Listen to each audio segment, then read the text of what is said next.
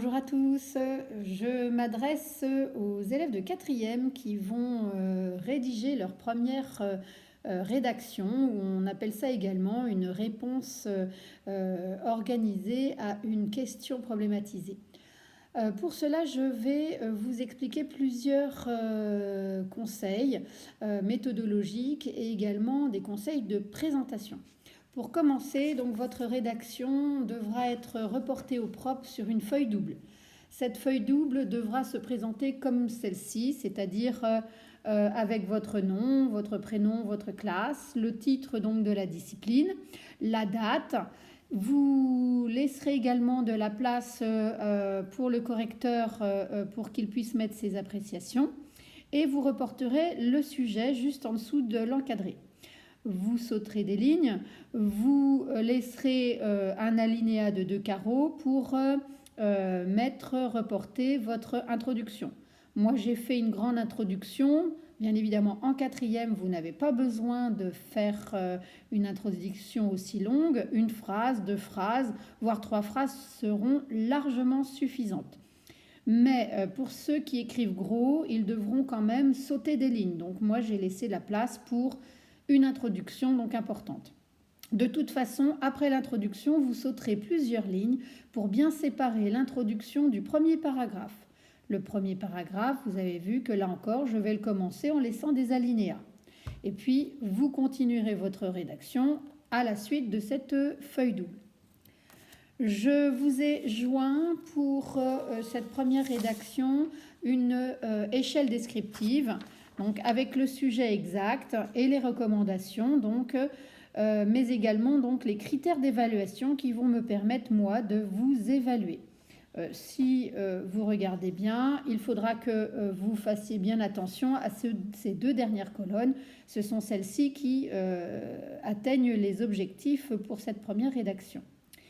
Vous avez remarqué également que je rajouterai un point pour le respect des consignes de présentation, donc ce que je viens de vous montrer sur cette feuille double. Je vous ai également joint donc une feuille plutôt méthodologique avec les petits conseils, les petites astuces pour faire une bonne rédaction. Alors moi, je vais essayer de commenter cette fiche de consignes méthodologiques. Donc d'abord, je commence par la fiche, enfin par le numéro 1, c'est-à-dire rédiger une phrase d'introduction. Cette phrase d'introduction doit reprendre les termes du sujet. Ainsi, donc, quand vous vous trouvez face au sujet pour la première fois, où souvent il porte la forme d'une question problématisée, eh bien, je vais surligner les mots importants. Alors, moi, je l'ai fait déjà. Donc, vous avez vu que le sujet, c'est « A-t-on des libertés en France ? Lesquelles et pourquoi celles-ci doivent être parfois limitées ?» Moi, j'ai surligné les 2 éléments qui sont importants, c'est-à-dire liberté et leurs limites. En même temps, si vous regardez votre cahier, vous verrez qu'il y a un grand 1 et un grand 2 qui correspondent à ces deux axes de plan. D'accord ? Donc, vous, dans votre phrase d'introduction, vous allez présenter le sujet. En fait, quand on présente le sujet, on annonce au lecteur donc, ce sur quoi vous allez parler sur tout ce petit texte. Donc, vous allez forcément parler ici des libertés, mais vous allez également parler de leurs limites. Donc, à vous de rédiger une phrase ou 2 pour présenter ce sujet. Ensuite, je vais rédiger autant de paragraphes dans le petit 2 que j'ai de thèmes. Là, je vous ai donné donc les 2 titres de mon cours, donc vous devriez avoir 2 paragraphes. D'accord ? Ensuite, en 3, je vais commencer donc chaque paragraphe par une phrase d'introduction. Là encore, chaque petit paragraphe doit introduire le sujet de ce paragraphe. C'est-à-dire que donc, vous verrez, en général, moi je me sers des titres de mon cours et je les tourne en phrases. Alors je vous rappelle qu'une phrase, c'est un sujet, un verbe qui est conjugué et un complément. D'accord ? Donc, il ne faut pas de titre dans une introduction. Je fais donc cette première, ces paragraphes en les introduisant. Ensuite, je rédige chaque paragraphe en allant à la ligne à chaque nouvelle idée. Vous allez voir que dans mon sujet, j'ai le sujet en particulier, mais j'indique toujours après donc des petits conseils, des petites pistes sur lesquelles vous allez pouvoir vous appuyer pour savoir de quoi vous allez parler dans la rédaction. Donc là, sur ma petite piste, moi je vous ai dit qu'il fallait savoir si nous avions des libertés en France, donc ça on l'a vu dans notre cours. Quel type de liberté nous avons en France, donc les plus importantes bien sûr, nous l'avons vu dans notre cours. Vous allez également savoir quand est-ce que nous les avons acquises nous en France, là encore c'est toujours dans notre cours. Et par quoi elles sont garanties, là encore vous verrez que c'est toujours dans notre cours. Puis vous verrez ensuite dans un deuxième thème, donc pourquoi elles sont parfois limitées, comment elles sont parfois limitées, et quel est l'intérêt de cette limite. D'accord ?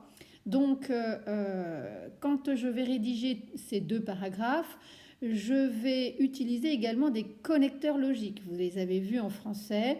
Les connecteurs logiques, c'est par exemple dans un premier temps ou premièrement, dans un deuxième temps ou ensuite ou enfin ou dernièrement. À vous d'utiliser donc ces connecteurs logiques pour clarifier le plan de votre rédaction et surtout l'enchaînement logique de vos idées.